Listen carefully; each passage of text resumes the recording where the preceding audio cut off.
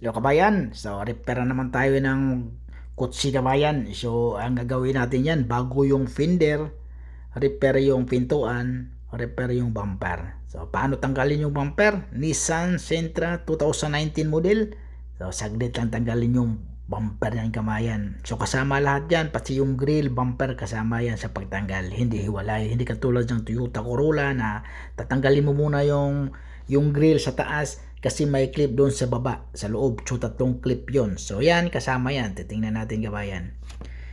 Pero pag maglagay ka na kabayan, kasi naka-clip lang din yan siya, pwede mo ihuli yung grill sa paglagay.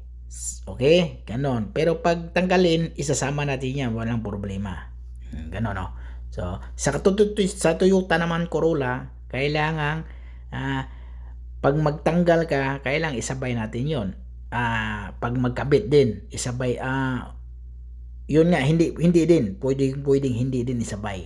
So, yung headlight kabayan, bagong headlight din pala yan.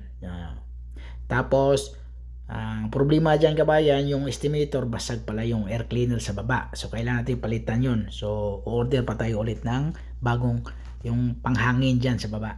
So, tatanggalin natin yung fender. Tapos, yung pintuan pala kabayan, ang technique dyan, tatanggalin na lang natin yung pintuan para isang pinturahan na lang, isang bugas sa pintura. Kasi mahirap yan, maliit yung UV natin.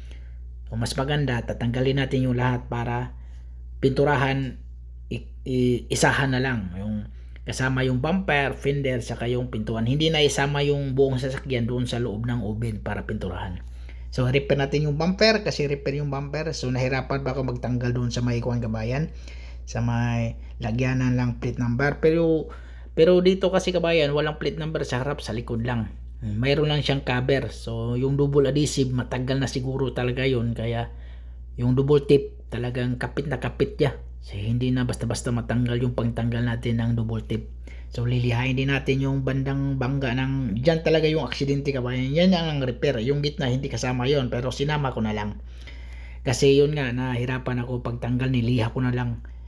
Ganun lang pag-repair ng bumper. Mga boss, Nissan Sentra to ha, tanggalin natin yung door decor, pero tanggal na yan. Mas maganda tong tutorial na tong tanggal na, kasi ganun din naman, walang manunood pag hindi pa itong tatanggalin kung mano-mano yan. Tapos para makita nyo talaga, ito tanggal na yan. So ang pagtanggal ng Nissan Sentra 2019 model, 1920, lahat parang ganun, mga ganun ko talaga. Kailangan tanggalin mo yung ito, kailangan tanggalin to.